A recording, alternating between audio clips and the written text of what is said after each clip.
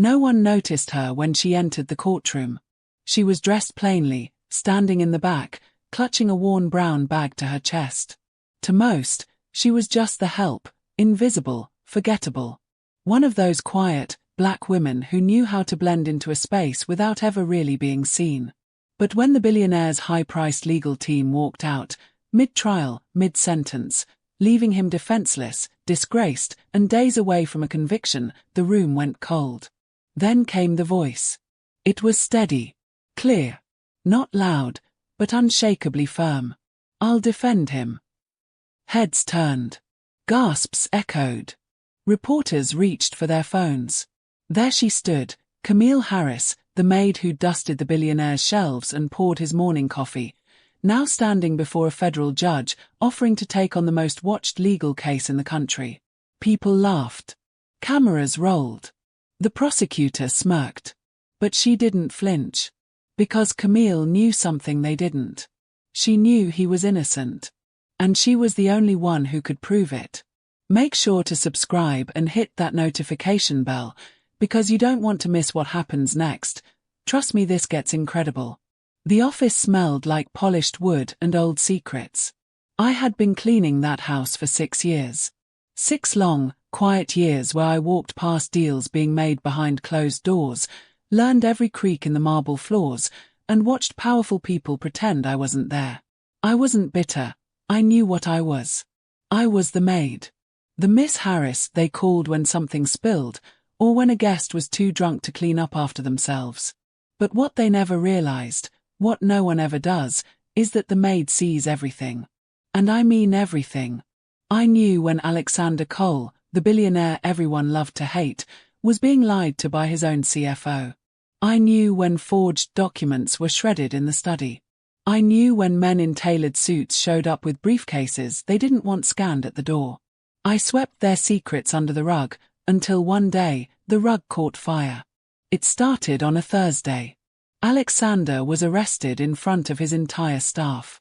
His house was raided. Computers taken. Accounts frozen. The news ran wild with headlines. Billionaire Cole charged with fraud and embezzlement. Greedy tycoon scams investors out of $88 million. But none of them asked the real question. What if he didn't do it? I tried to stay out of it. God knows I did. But when I sat in that courtroom and watched his own lawyer stand up and say, "We're withdrawing from the case. Effective immediately." And then just walked out, leaving Alexander alone at the defense table, pale and stunned, something in me snapped. Because the man sitting there wasn't just a client. He was a man who had once given me a check to pay for my grandson's surgery, without ever asking for it back. A man who greeted every staff member by name. A man who wasn't perfect, but didn't deserve to go down for a crime he didn't commit. So I stood up. I didn't think. I didn't plan. I just stood and said, "Your Honor, I'll defend him." The entire courtroom turned toward me, shocked. And in that moment, I wasn't just a maid anymore.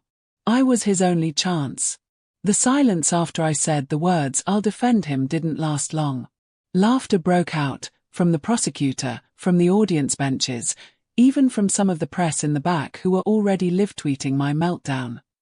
To them, I was a joke. A maid playing dress-up in a courtroom filled with Ivy League suits and ruthless ambition. But the judge didn't laugh. Judge Marilyn Booker, a woman with steel in her spine and decades on the bench, raised one eyebrow and leaned forward. "Excuse me, Miss Harris," I replied. "Camille Harris." "Miss Harris," she said, voice clipped, "this is not a place for theater. This man is facing a federal indictment.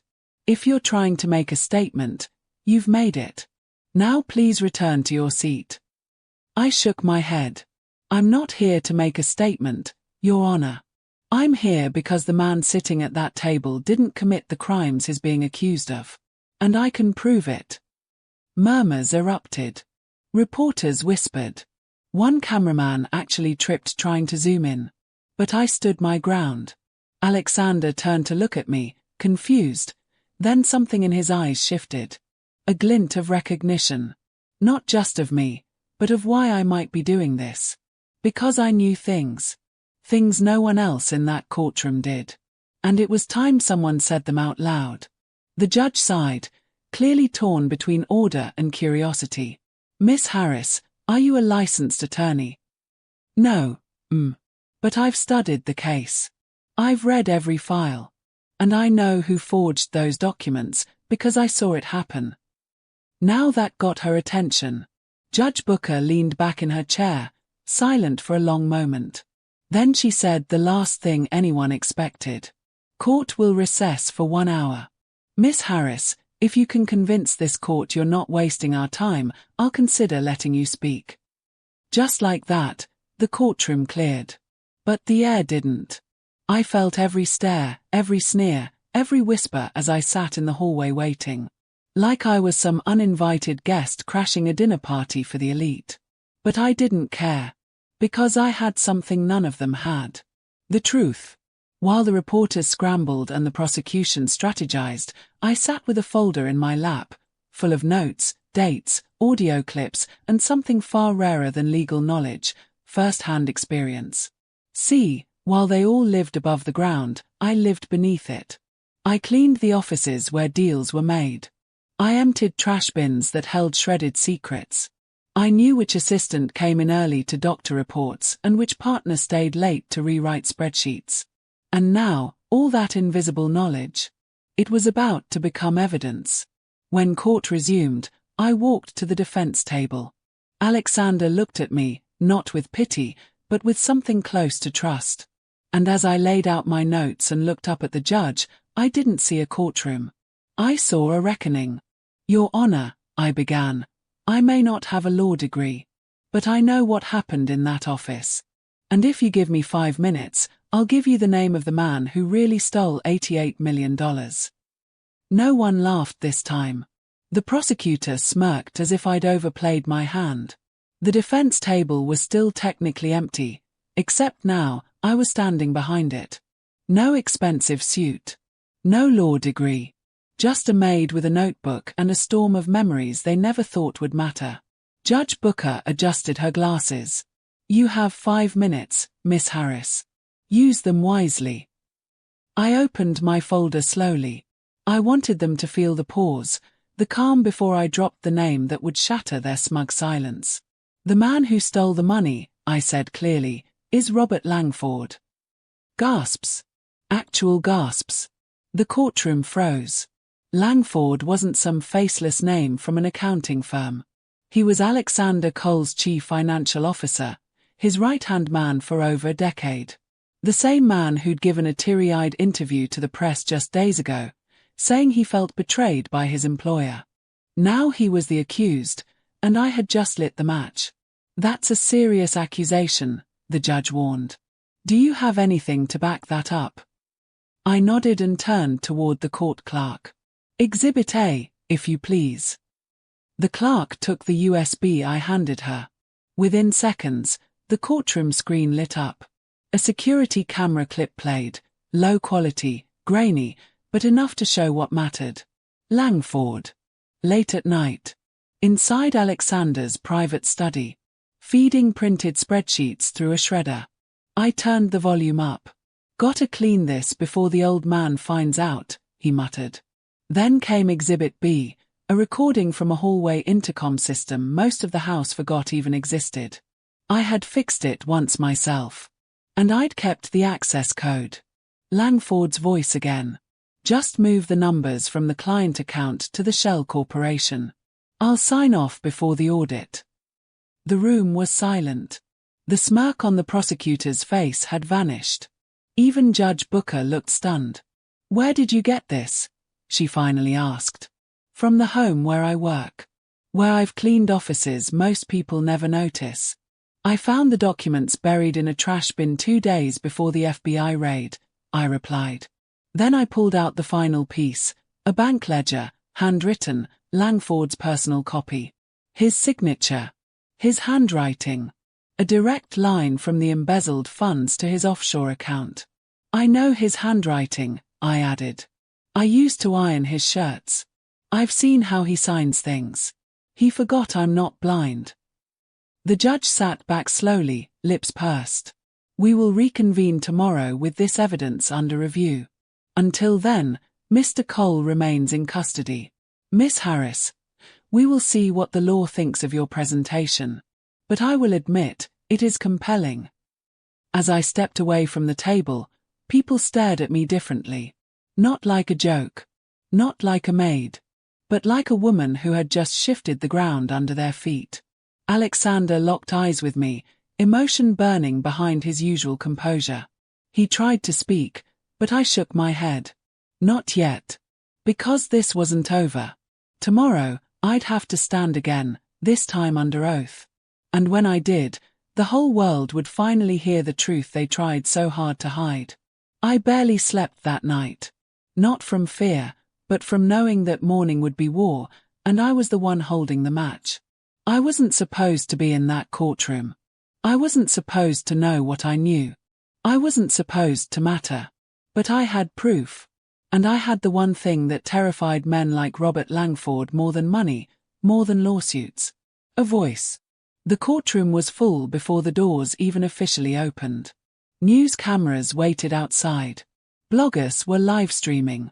People who had never cared about court drama were now tuned in to see a maid stand up to a room full of power. And I did. I raised my right hand, looked Judge Booker straight in the eye, and said, I swear to tell the truth, the whole truth, and nothing but the truth. The prosecutor leaned forward, hoping to trip me up. He thought I'd crack under pressure.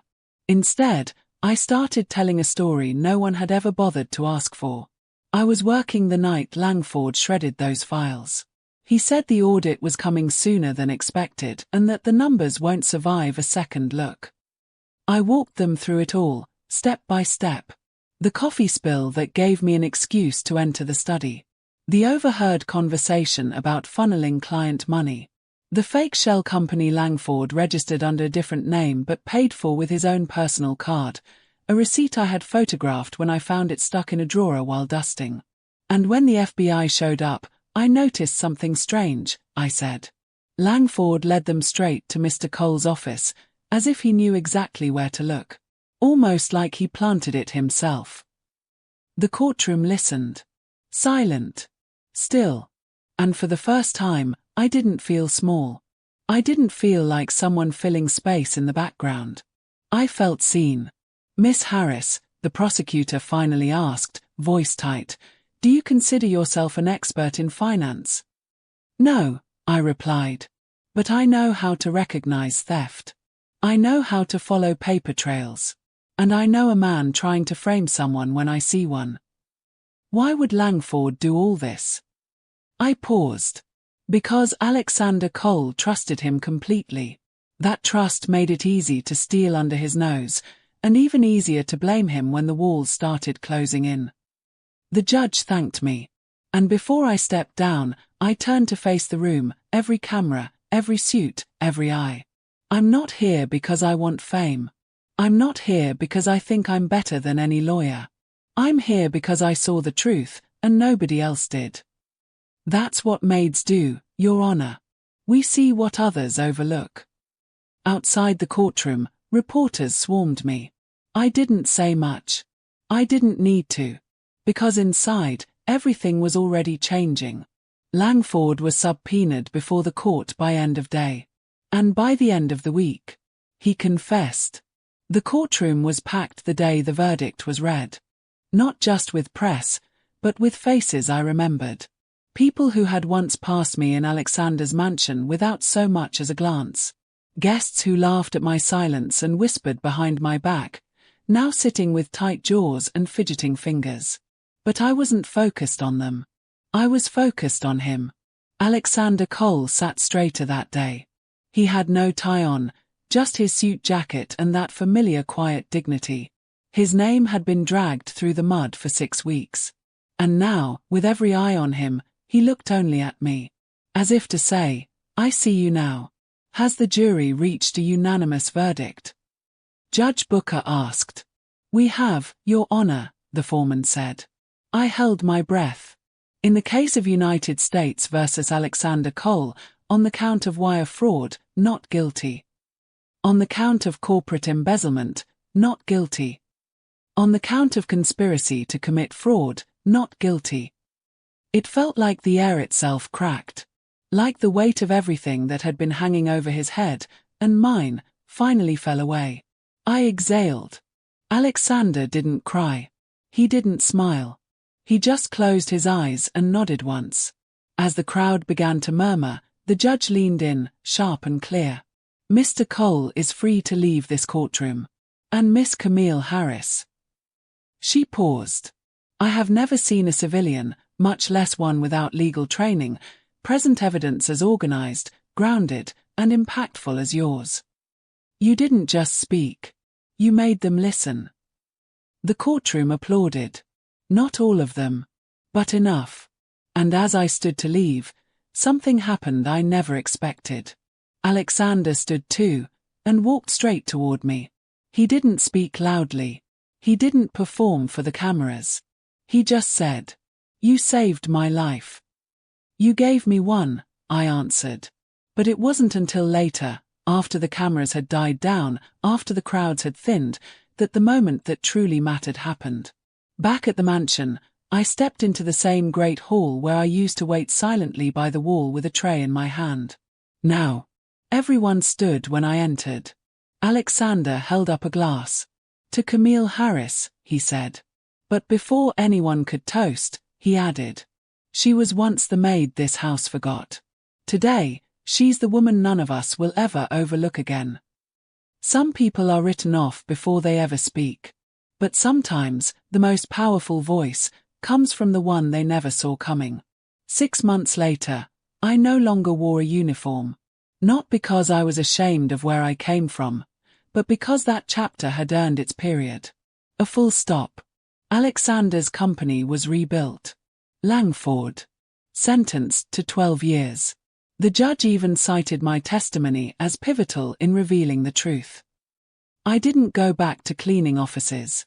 Instead, I started consulting for victims, people whose voices had been drowned out by money, power, or polished lies. I knew their pain. I carried it once too. Now I write the ending. On my own terms. And in the foyer of Alexander Cole's home, where guests still gather in glittering gowns and tailored suits, a portrait hangs. Not of him. Of me. And beneath it, the plaque reads, "She didn't shout. She stood."